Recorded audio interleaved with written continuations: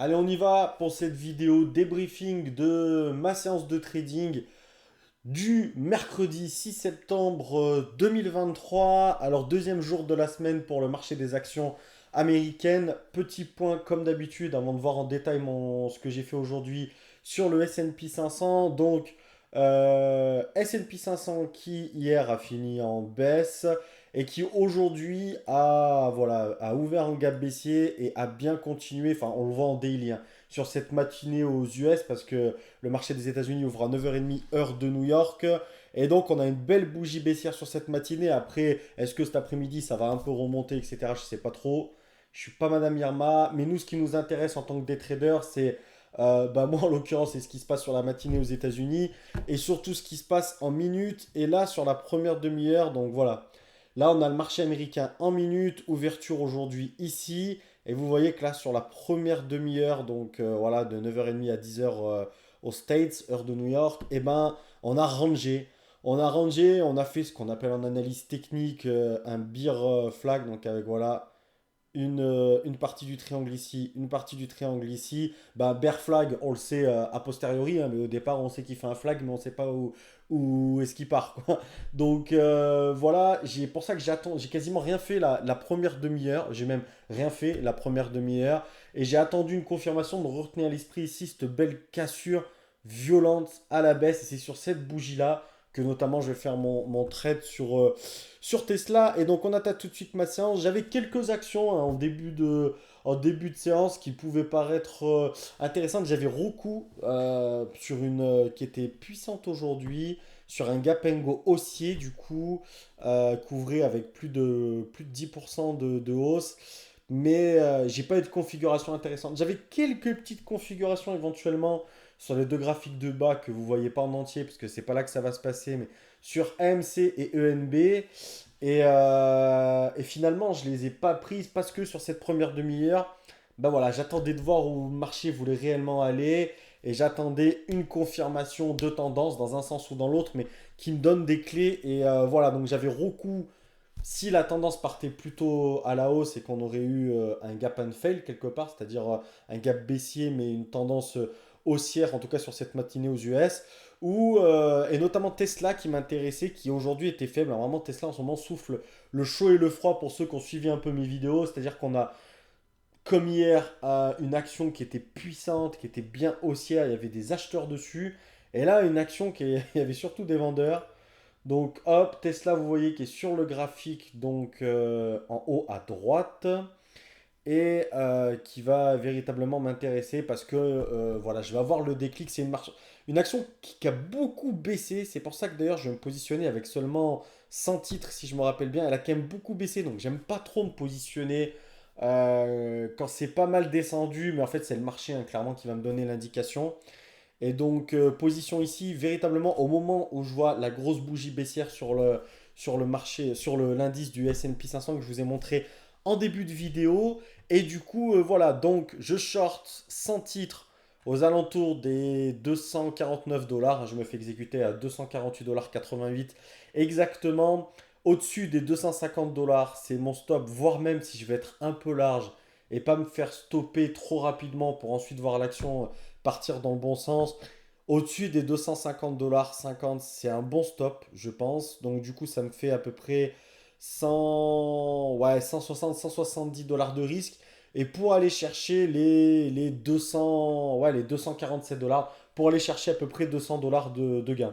Et donc, Tesla va suivre la tendance du marché, hein. On a vu qu'elle était faible, faible depuis l'ouverture. Elle est vraiment dégringolée. Même quand le marché est remonté, elle a consolidé un peu pendant cette première demi-heure pour redescendre.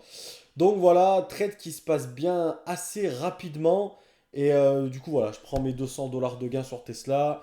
Tout va bien. Et derrière, j'ai pas eu d'autres opportunités. Je vais quand même vous parler d'une opportunité que j'estime avoir mal gérée. Parce que ça peut arriver, des fois il y a des bons trades qu'on gère mal. Et là, c'était typiquement le cas. Et voilà, je vais vous l'expliquer sur OSTK. Alors, à quel moment je me positionne? Un petit peu avant encore. Ouais, j'attends bien sur ce OSTK. Voilà, petite pause. Donc, l'action qui se trouve sur le graphique en bas à gauche, OSTK qui a bien baissé aujourd'hui, hein, qui perd pareil, pas loin de 10-15% même, je crois. Quelque chose comme ça, et elle a fait que de baisser pendant plus d'1 heure et demie, et là elle remonte, donc respiration classique, retracement classique sur une action qui est quand même passée de 25 dollars à quasiment 20 dollars, donc qui a perdu 20% juste sur ouais, qui a perdu 20% juste aujourd'hui.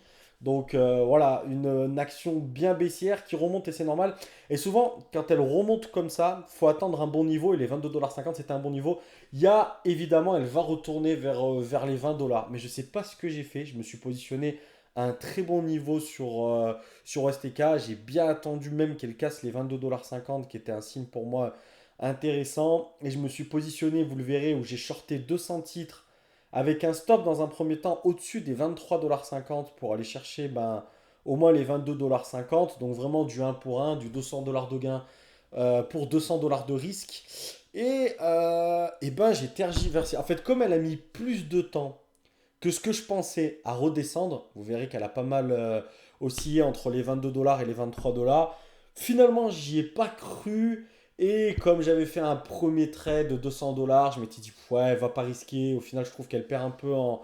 Le scénario, il perd un peu en validité et te positionne pas. Ce qui, franchement, était. Enfin, sort.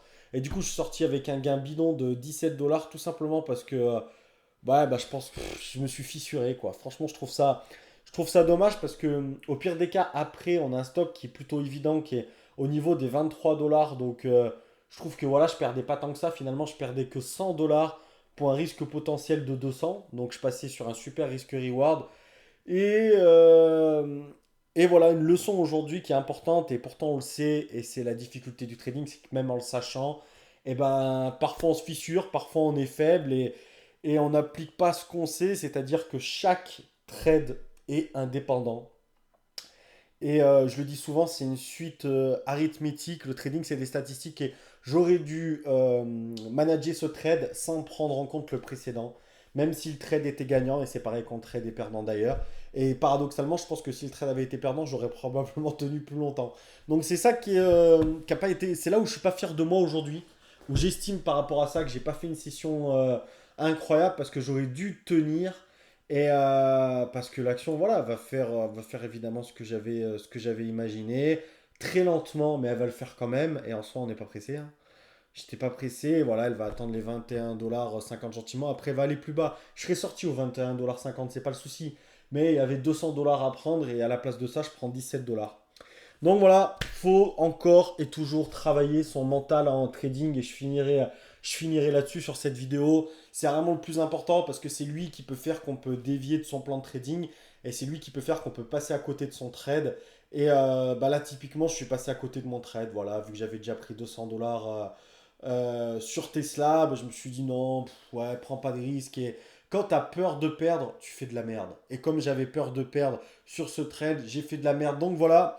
Le trading, faut être voilà, sans peur, sans reproche, sans tout ce que tu veux pour réussir dans ce domaine. Et c'est dommage parce qu'il y a des jours, je le gère très bien, j'ai pas de souci à enchaîner plusieurs trades. Et aujourd'hui, je l'avais un petit peu, peut-être parce qu'hier, j'ai fait une journée perdante aussi. Enfin voilà, tout ça je dois bosser là-dessus et vraiment, véritablement jouer chaque trade de manière indépendante et de ne pas prendre en compte ce qui s'est passé avant, que ce soit positif ou négatif. Merci d'avoir suivi cette vidéo. Merci pour tous ceux qui s'abonnent, qui commentent et qui like, c'est super gentil. Et je vous dis à demain pour un nouveau débriefing, je l'espère en tout cas. Merci, à demain.